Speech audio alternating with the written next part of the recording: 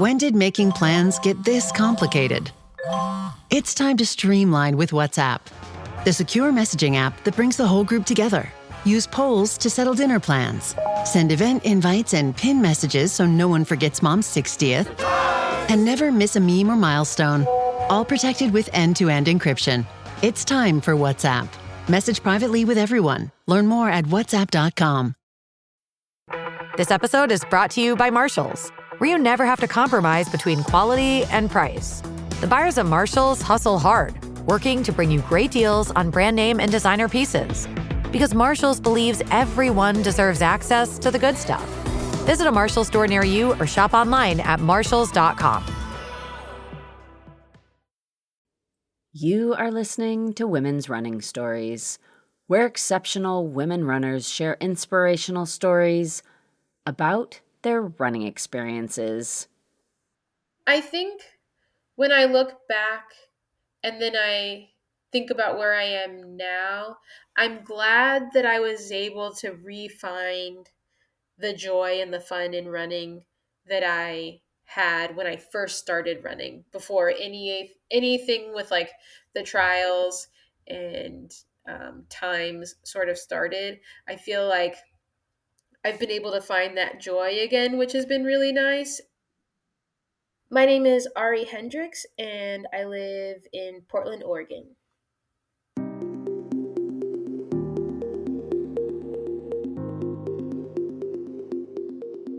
Yes, this episode features elite runner Ari Hendrix and how she is refinding her joy in the sport.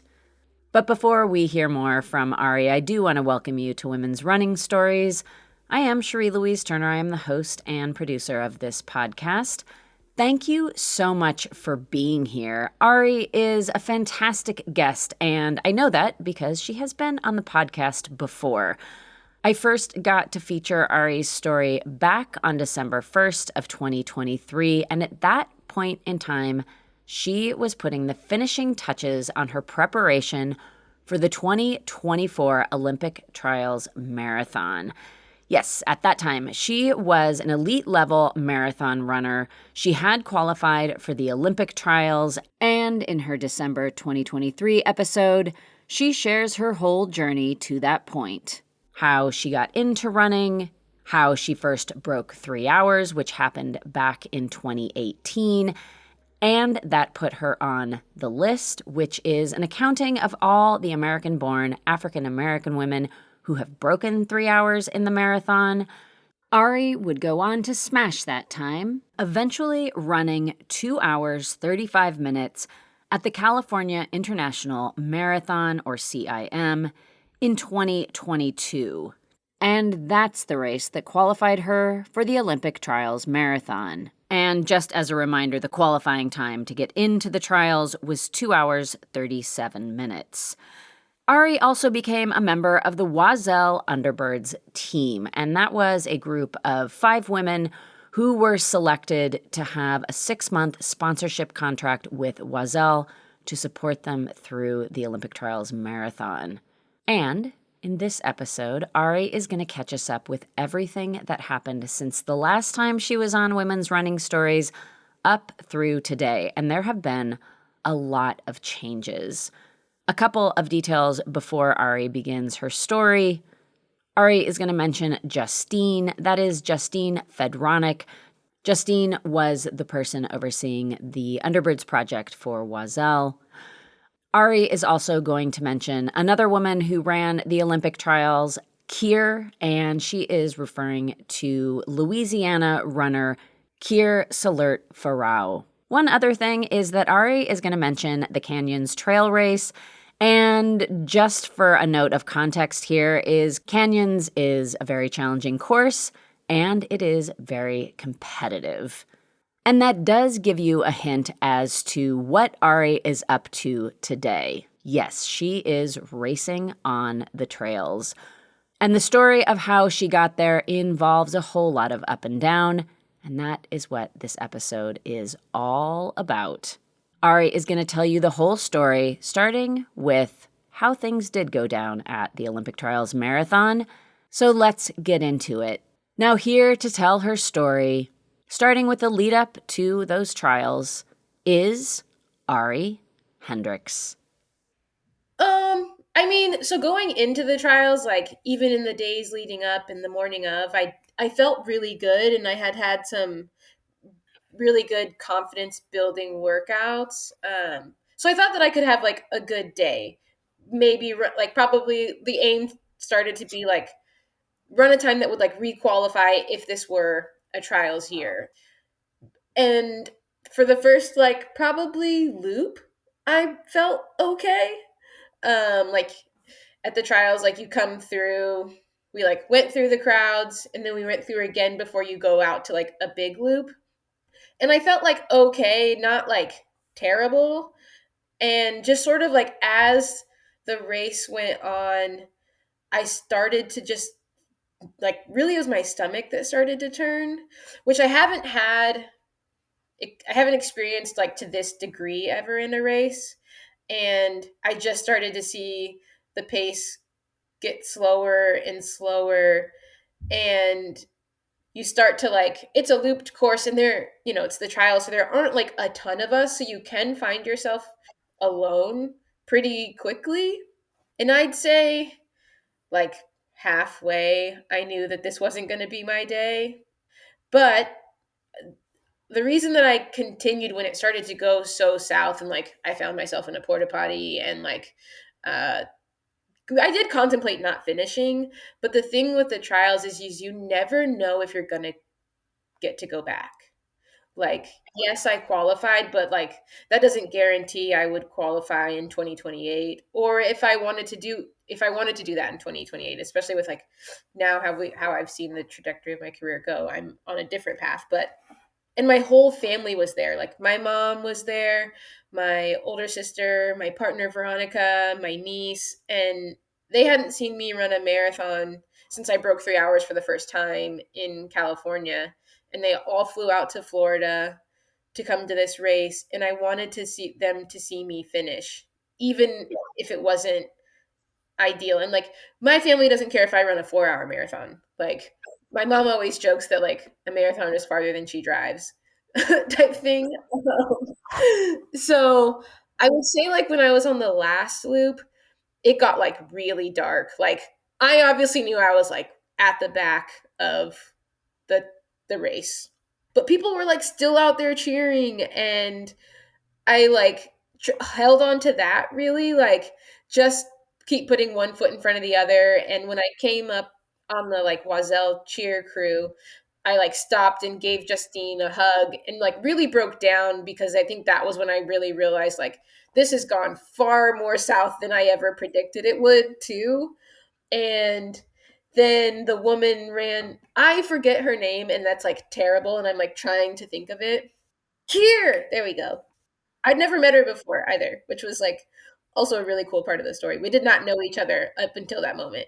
But she ran by and like extended her hand to me, and I was like, okay. I was like, all right, and I grabbed it, and we were just like, we're gonna finish. Like, it's gonna be okay. We're just gonna keep putting one foot in front of the other, and we're gonna finish, and we're both gonna do this. And we ran together probably up until like 800 meters to go, which is when I pulled over and like I saw my family, so I gave them all a hug, and she went on to finish. But there's things that I did, like I saw one of my best friends and one of my coworkers. I gave him a hug during the last lap too, and it's like I also really wanted to be like it's not going well, so like I should try and acknowledge the people that were there for me.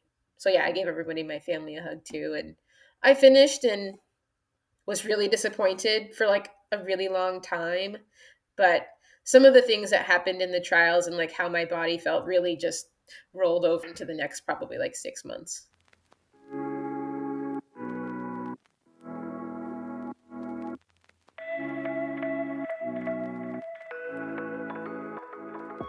Directly after the trials, while I was really like disappointed and sad in how the trials went, I was in the elite field for the Boston Marathon that was going to be that April. And so like, after 24 hours I was like, okay, like now let's try and like redeem redemption at the Boston Marathon and like run well there. Obviously, fully knowing that I would need the recovery from the trials to go really smoothly and like have no hiccups, and it just didn't. I was having like some hamstring pain that was also something that I felt in the trials like pretty early on, which was odd. Like along with my stomach, it was like super tight hamstrings on both sides that just continued for the next like 6 weeks after the trials. And as much as I tried to train through it and get ready for Boston, after about 6 weeks, or probably like 2 weeks to 3 weeks out from Boston, I realized like there was no way I was going to be able to run the Boston Marathon. And then I also got sick 10 days to 2 weeks before Boston was supposed to happen. And so that just like, I had to email them and tell them that I wasn't going to be able to come, which was just another big sort of blow to my, like, I don't know if I can do this. Like, idea is what sort of started to like trickle in my mind is like, I'm not sure if like maybe I'm done being an elite level runner and maybe my like career is like that was the culmination. Maybe the trials was like it, and I had to like I struggled with that for a really long time. I did get really quiet, and I like probably in the summer around June, I started to feel like a little bit more like myself, but it was a lot of like really hard to get out in the morning and run. And I wasn't having any fun training or running. And that made it all really hard and yeah, just not a good time. And then I would run the San Diego half in August, and that also went really poorly to like for me to like for how I felt. Like I finished I think second or third, but ran like a 123 or something. So like really far off my PR and just like not where I thought I could be, or maybe yeah, could be, especially given the workouts that a couple of the workouts I put together that summer. And so it was really after San Diego that I contemplated like I don't know if I should say retire because like that I don't know, but like it's basically stop running. I was either going to quit running or figure something else out, and the road just like wasn't where my heart and my mind were.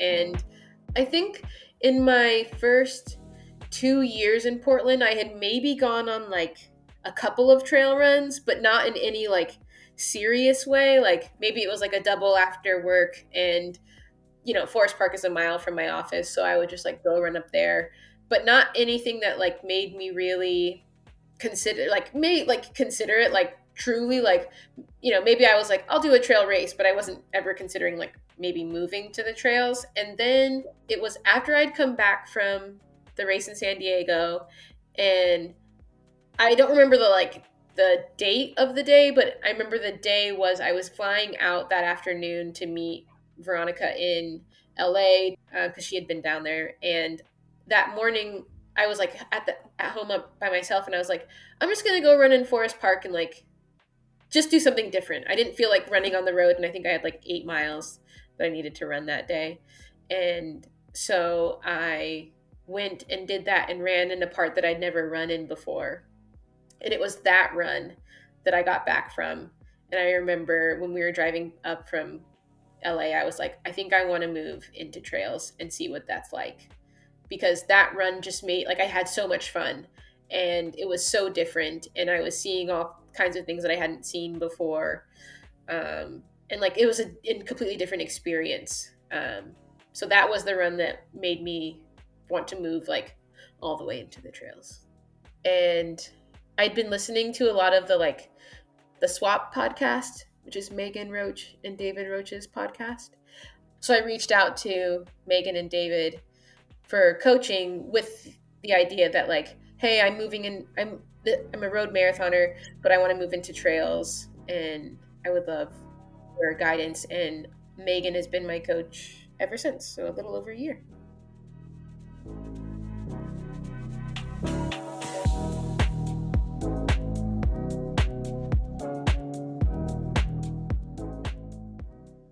early on, what we knew in the spring, I would do Canyons 50K. So a lot of it was like me getting on the trails and getting comfortable on the trails, also getting comfortable with like effort workouts and not pace tied to pace workouts, which was an adjustment for me because coming from the road, I was used to a lot of like you have to hit this pace where like on the trails you can't do that. So a lot of it was like building my comfort on the trails. We do a lot of like threshold workouts, so getting comfortable with those too. But yeah, also the like newness of like what training for something like a 50K is with like the back-to-back long runs. So we started in like September, October, and Canyons was in April. And I had like a few hiccups like along the way that Megan helped me through. I rolled my ankle, I think, in that time frame like 2 or 3 times on the trails. So, which was also new. Like, I'm not rolling my ankle on the road. I wasn't rolling my ankles on the roads. So adjusting to that and like different strength things that I need to do to sort of help that. And I have a great PT that I work with for that. But all different like methods of training too. Like I do one day on the bike, and that's new. I was used to running like 7 days a week, but now I cross train one day a week, and we had to like we talked about that because I was taking like a day off, and I was starting to like struggle with that, as a runner who was running every day. I was like, how about can we do like a cross training day instead? And Megan's really great about like meeting me. Like if I'm like, can we do this? Can we do that or move that? Like she's really awesome about making those adjustments for me and making me feel comfortable like asking for them too. So yeah, it was just a lot of like starting from not like square one, but like intro into trail training and like running and how my body's going to adjust and things like that. But yeah, I'd say like really it kicked into high gear in January for prep of Canyons.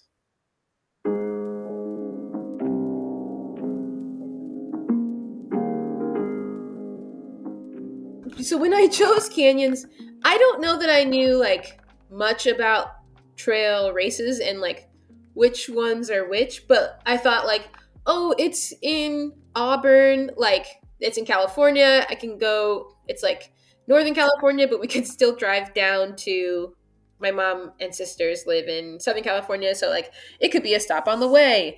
And I thought that it would be pretty good weather. So those were really like the reasons I chose it. And I think I chose it like in the fall of the previous year, but not really like knowing exactly what I was getting into with the type of field it was going to be. And then, as training went on, I started to learn more about the trail world and how things work. I was like, oh, this is like a big race. Oh, this is like a top 3 get into UTMB.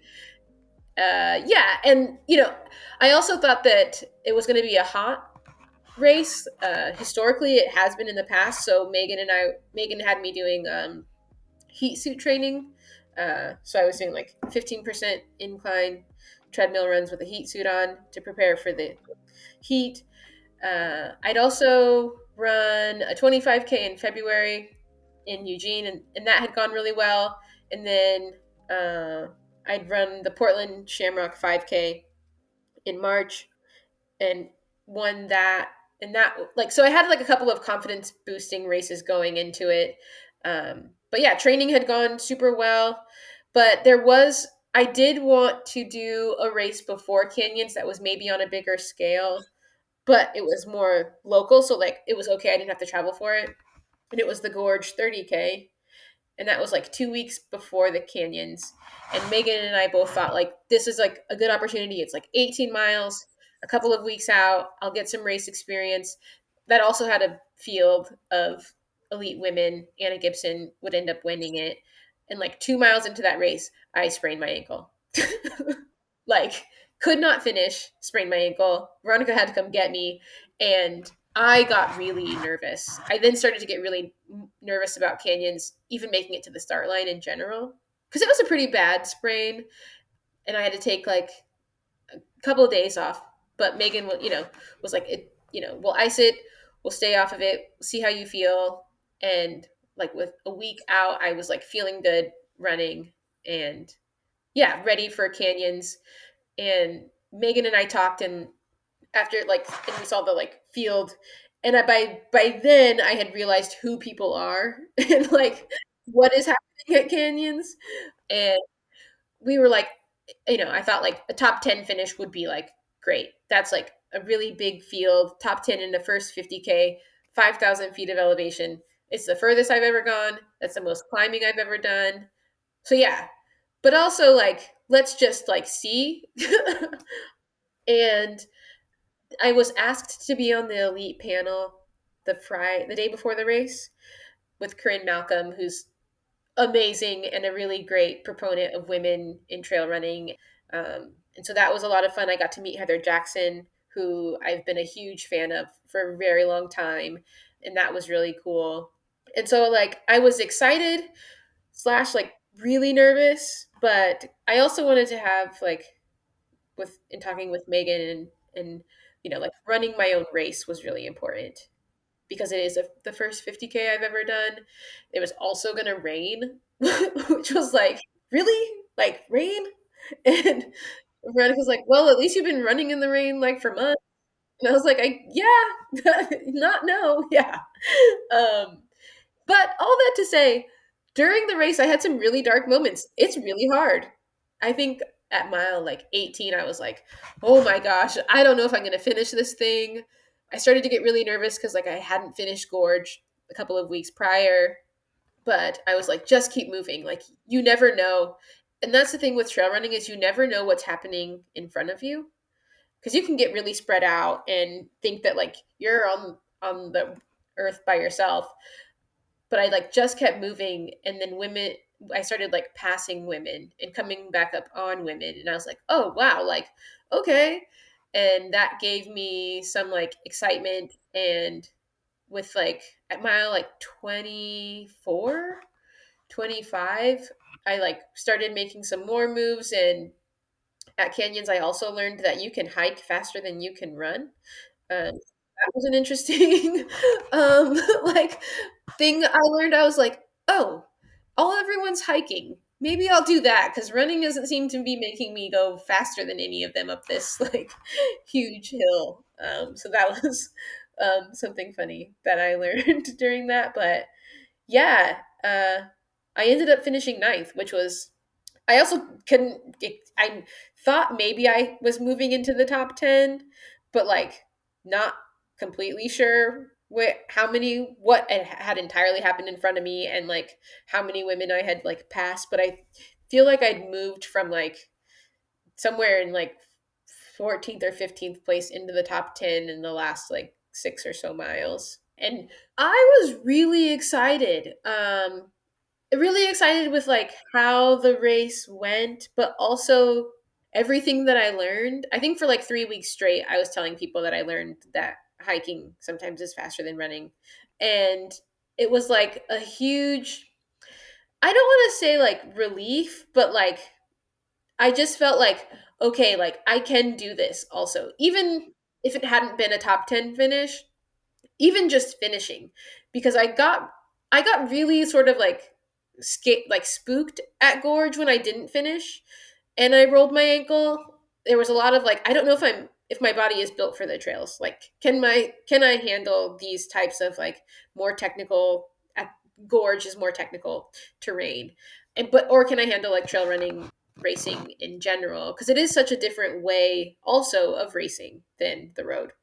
But I walked away from canyons like really excited and like with a lot of confidence for the next race, whatever that might be. But yeah, excited and like yeah, super. I was really proud of myself too for like finishing when it got really hard too, like in the middle of the race. And I also didn't look at my watch, which is like new and different. So I was like proud of that too, that I wasn't like, oh my God, times. It did feel like I was out there forever sometimes. It was a long time to be out there. But yeah.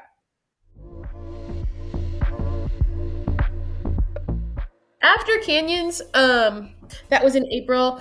It was really like, I was gonna do Broken Arrow.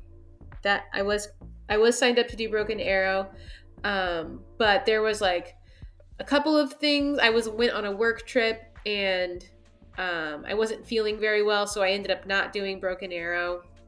But I had done a local half in Portland, which was a lot of fun, and I set the course record there for in Forest Park. So that was like really fun in my like backyard, and also that taught me that I could run like fast on the trails, um, like and sort of what that means, right, and what that feels like.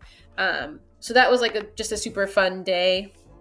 Um, but ultimately, everything was leading into, at the time I was still wanting to do Javelina 100 mile, but I'm now doing the Javelina 100K just because of some more ankle sprains that I had and just like time.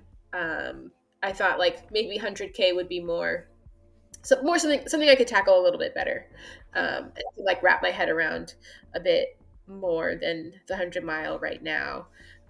So yeah, it's all sort of like been culminating in that, leading into the 100K next weekend. But I did Sister Skyline 50K about 3 weeks ago as a long training racing run. It being sort of the 3 to 4 weeks out from Javelina, I thought it would be a good chance to get a 50K in. And Megan agreed that like it's a good chance to get a 50K in. It runs, the elevation is like, it was like 2,500 feet, which is good for Javelina because Javelina is a really runnable course. There's not like a ton of elevation for 100K.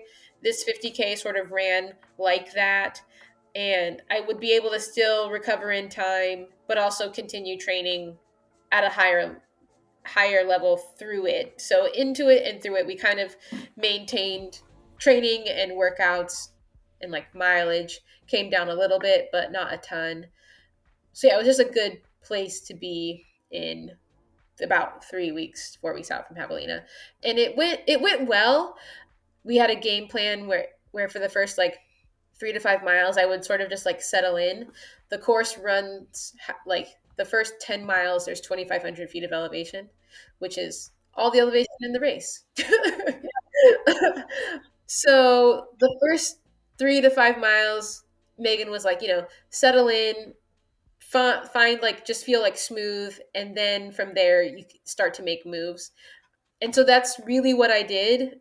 I went out and like I kept the woman who was in first, just like in my sight, but I worked my way up to her over like 3 to 5 miles and then past her. And at this race, you go 10 miles out, turn around, and then you come back in. You go back into Sisters, which is the city that the race is in. But this is also an opportunity for Veronica to crew me for the first time. Because she will be head crew chief at Javelina. So it's a good opportunity for us to like see what that's like and how that goes, because I've never had anybody crew me and she has never crewed anybody.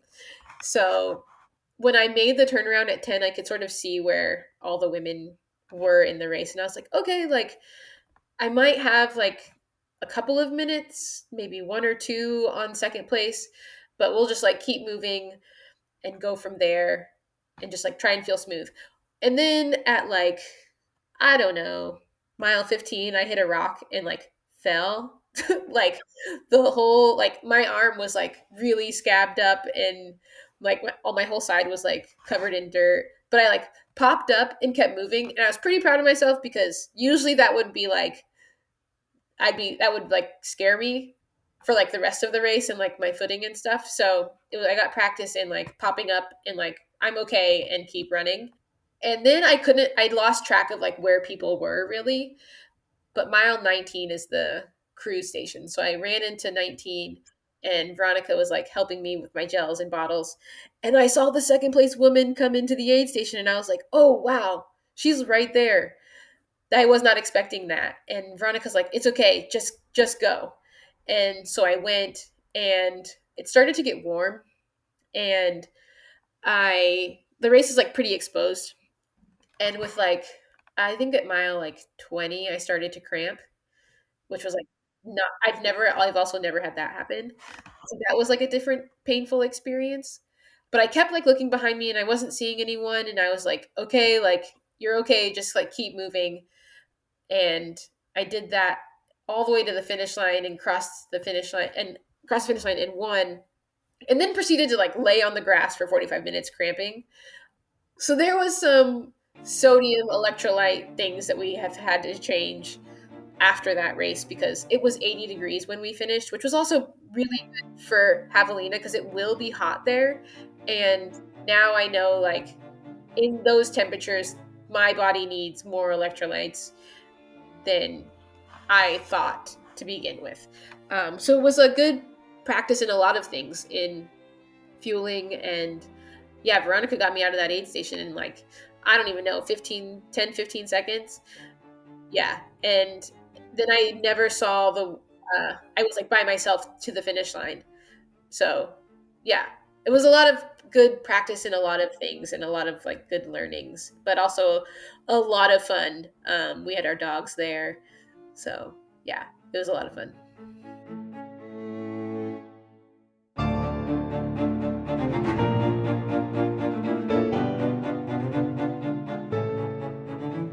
I'm really excited for Javelina.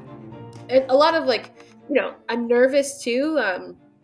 I've never run 62 miles, but I'm really excited for the opportunity to do that. And we've put in a lot of training over the last year. Like, Megan has taught me a lot, and we've done a lot of things I've never done before. And it all seems like it's like working, and it's like building my confidence in myself and trail running. And yeah, I think I'm in a really good place going into Javelina.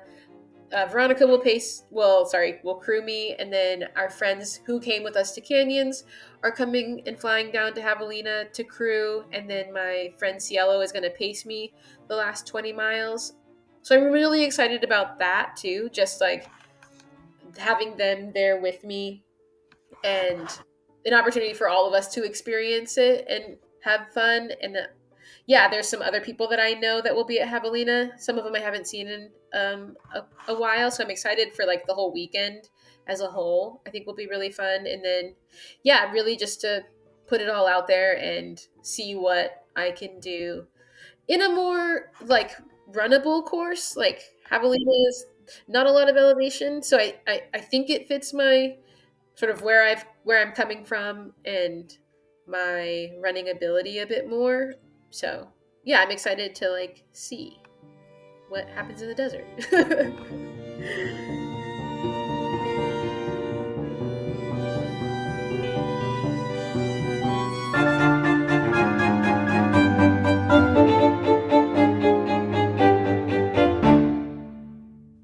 I will always be like super proud of qualifying for the trials and running that time. And while I didn't have uh, the experience that I wanted, I still got to do it. And that had been a goal that I tried to reach 4 years prior and wasn't able to. So I also try to remember and carry into the trails, like, I can do the goals that I can achieve the goals that I want to achieve, even if sometimes like it's hard and I don't do it right away. It doesn't mean I can't. And that's what I've tried to take into like trail running, is like those sort of lessons that I've learned. But yeah, I think overall I'm glad that I was able to find the joy in running again and having a good time. And that even though I didn't have a good time at the trials, I didn't let it like take away running like I thought it might for a little while.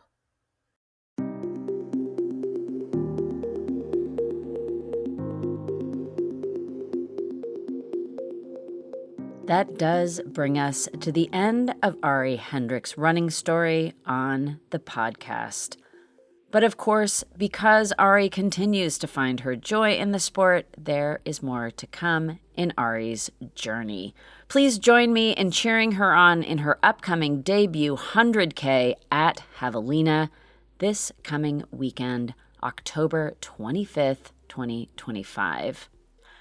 Thank you so much, Ari, for coming back on the podcast to share your ever-evolving running story. I really appreciate it. And the very best of luck at Javelina and everything that is to come for you, running and beyond.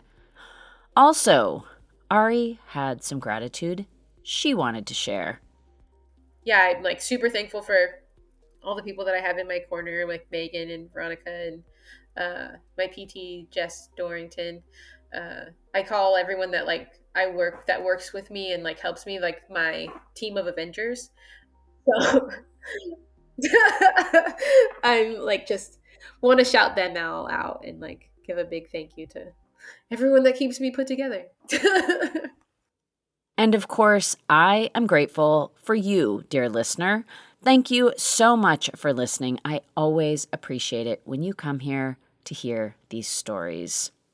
Please look to the show notes. I'll put a link to how you can follow Ari on Instagram. And there you will also find a link to the previous episode that featured Ari from back on December 1st of 2023. That is going to do it for me. I am Cherie Louise Turner, the host and producer of Women's Running Stories. And until next Tuesday, I do wish you healthy, joyful, forever evolving strides forward. Women's Running.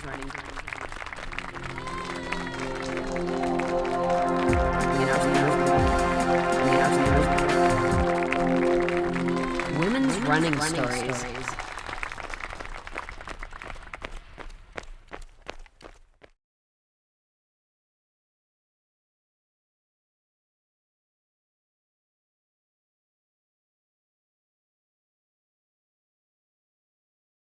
Everything feels a bit uncertain right now. A few months ago, you never would have expected eggs being factored into your monthly budget. New sources of stress equal more opportunities for breakouts to strike. Luckily, Mighty Patch Original shrinks the look of pimples in just one use. We'd say that's a pretty good deal. Shop Mighty Patch at all major retailers.